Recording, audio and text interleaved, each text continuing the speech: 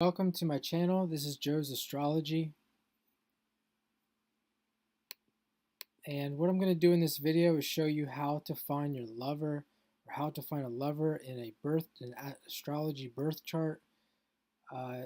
This is a little bit advanced. If you're new to my channel, check out my other videos. I have beginner videos on astrology. I have many videos on astrology. I have many videos on birth chart readings of famous people and famous YouTubers. So subscribe to the channel if you're interested in astrology. And this is going to be how I'm going to do this as I'm teaching. I'm going to show actual examples and different ways to do this. So it's not just going to be one cookie cutter way. There are many ways. Can be a little bit complex. So we're going to look at, primarily we're going to look at the 7th house. And this is a couple that I know personally. And the first thing I want to notice before we look, or the first thing I want to point out before I look at the 7th house is you see that this is the man here. He's a Capricorn sun, and she is a Cancer sun. So we see that opposition with the sun, and this is a very traditional, could be considered a very traditional couple. So that's something that you can see with the sun and the moon. You can see an opposition.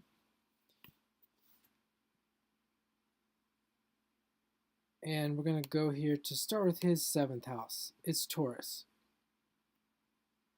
Right away we can see in her chart that she's a Taurus moon. So we have that link up as well. 7th house Taurus, Taurus moon.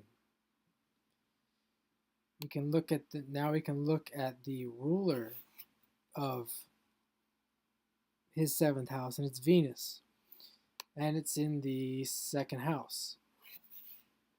And it's conjunct Neptune in Sagittarius.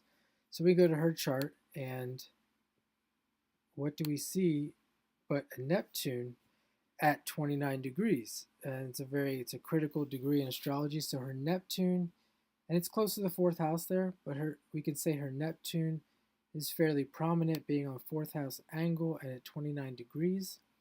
It's also making an opposition to her Sun, Mercury, and Venus there in Cancer. So we see a prominent Neptune, and we see in his chart the ruler Venus is conjunct Neptune.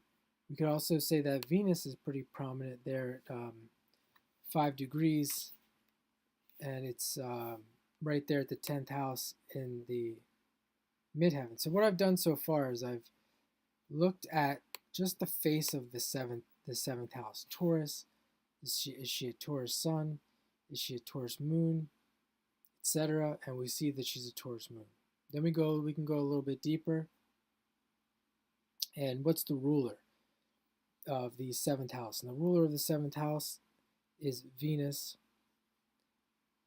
And we can look at her Venus, and we can see, oh, okay, well, his partner is going to be a Venus person, Taurus Venus person. We can see her Venus is in the 10th house. So we see the 1st, the 4th, the 7th, and the 10th, especially the 10th, is going to make her Venus a little bit stronger. And you can see with her Venus being the 10th, she is a Venus. You know, people see her as a Venusian person. She also has Venus as the ruler of her ascendant. So that makes Venus a very important, that even adds more emphasis to Venus, her being a Venus person, and Venus being very important in the chart.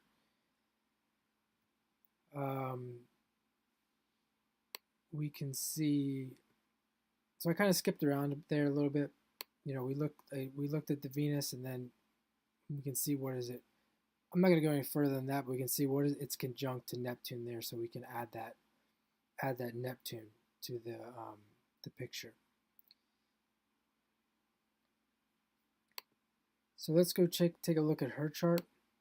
I'm not going to cover everything in this example. This is just one example, and then I'm going to move to other techniques and other examples. So she has Aries on the 7th house, and we can look to in his chart to see, okay, is there any Aries? There's no Aries. There's no real Aries emphasis. However, Mars rules Aries. Let's just stay with her chart for a second. Mars in her chart is conjunct Saturn in Scorpio. So we see the ruler there of the 7th conjunct Saturn. And we can come, this is maybe a little bit more complex. Come back to his chart. We see he's a Scorpio rising. So the ruler of her 7th is in Scorpio. He's a Scorpio rising. He has a prominent Mars at 4 degrees. It's moving towards his south node, and you could argue that it's on his south node in Aquarius. So this is a guy who's coming from a Mars place, and I do know him. He is very much Mars. He also has 3 planets in Capricorn, and that is ruled by Capricorn is ruled by Saturn. So we see a heavy Mars Saturn here. The Saturn is also ruler of Aquarius. So we see with these 4 planets, and these are primary planets. These aren't. This isn't. We're not talking about Saturn, Jupiter, Pluto, Uranus, etc. These are his main planets, and they are all under Saturn's domain. This is gonna be my second example. This is the female chart here on the left. I'll start there.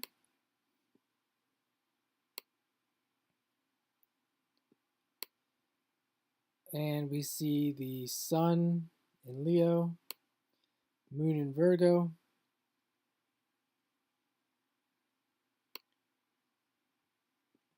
and move here, 7th house.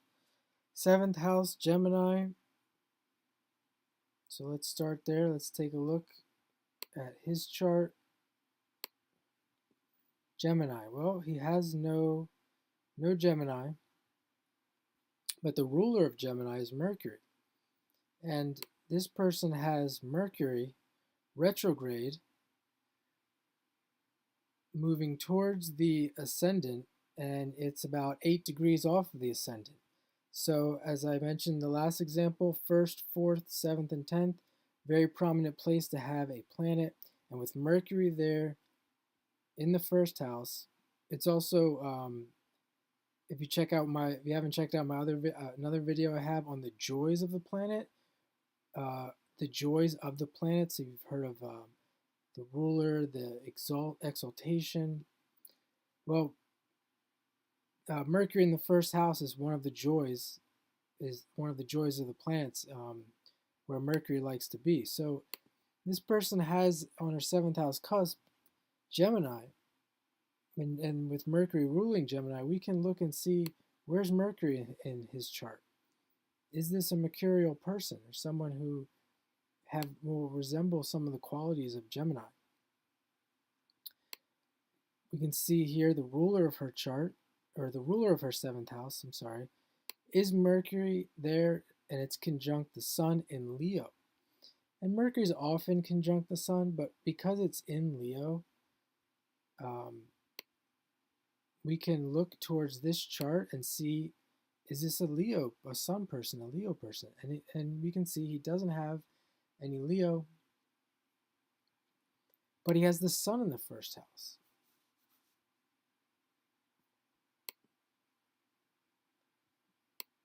We can come back here and we can see, well, where is Mercury, that ruler of the 7th? It's in the 8th house.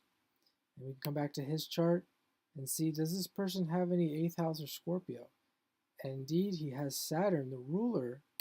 The ruler of his chart is Saturn in Scorpio, and it's conjunct Pluto. And we can go on a little further there with the Plutonian aspects, but I'll stop there with that.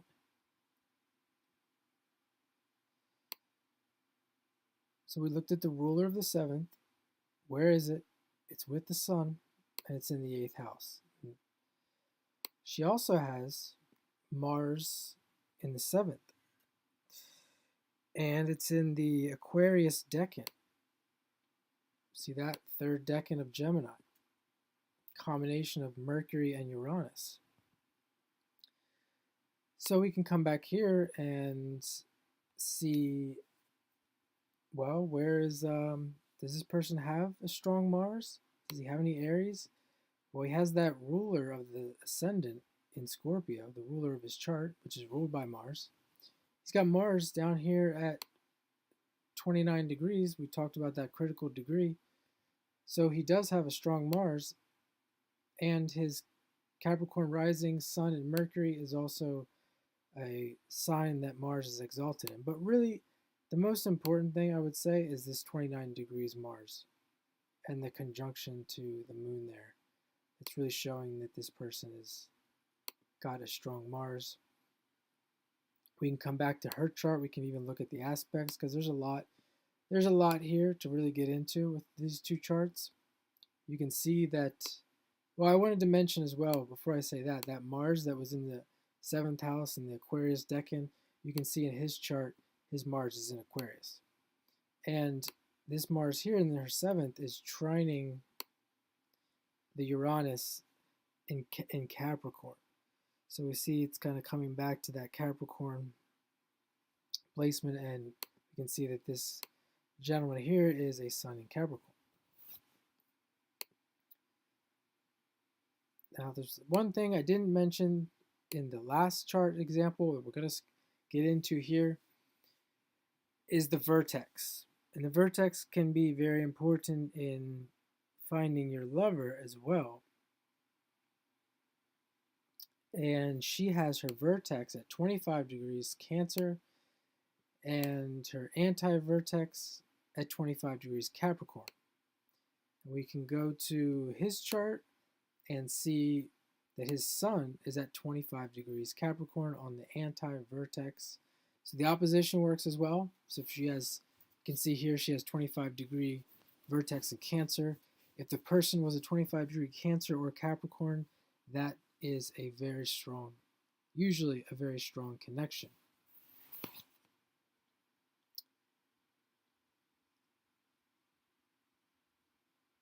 And now we can look at, let's look at his chart. He has Cancer on the 7th. And that is ruled by the moon. So come back to her chart. She doesn't have any Cancer. Let's take a look at her moon. Her moon is conjunct Chiron.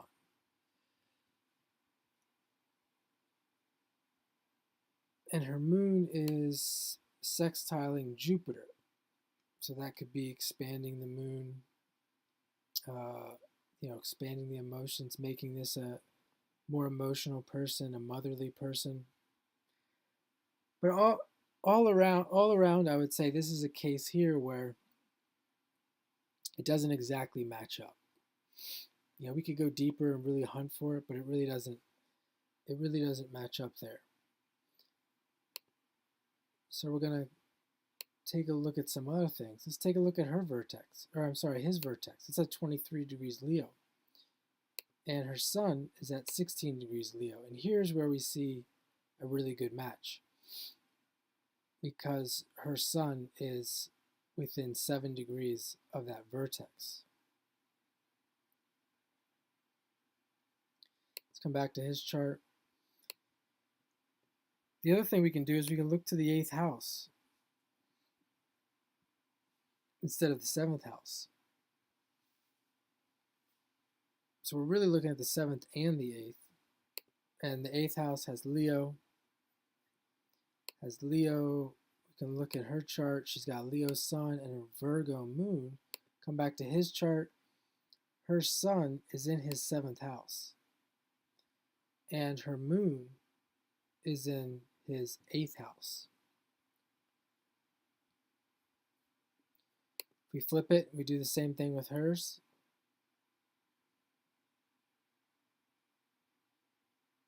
His sun and moon are not in the 7th and 8th house.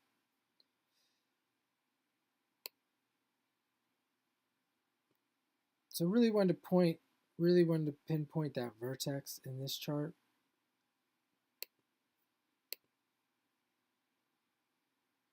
I hope this helps you understand how to find your lover in astrology. And if you'd like, if you're looking for someone to teach you astrology, I would love to teach you astrology. Please subscribe to my channel. I also do readings. I can help you with your life. We can look at your charts. And I hope this finds you well, and have a great day.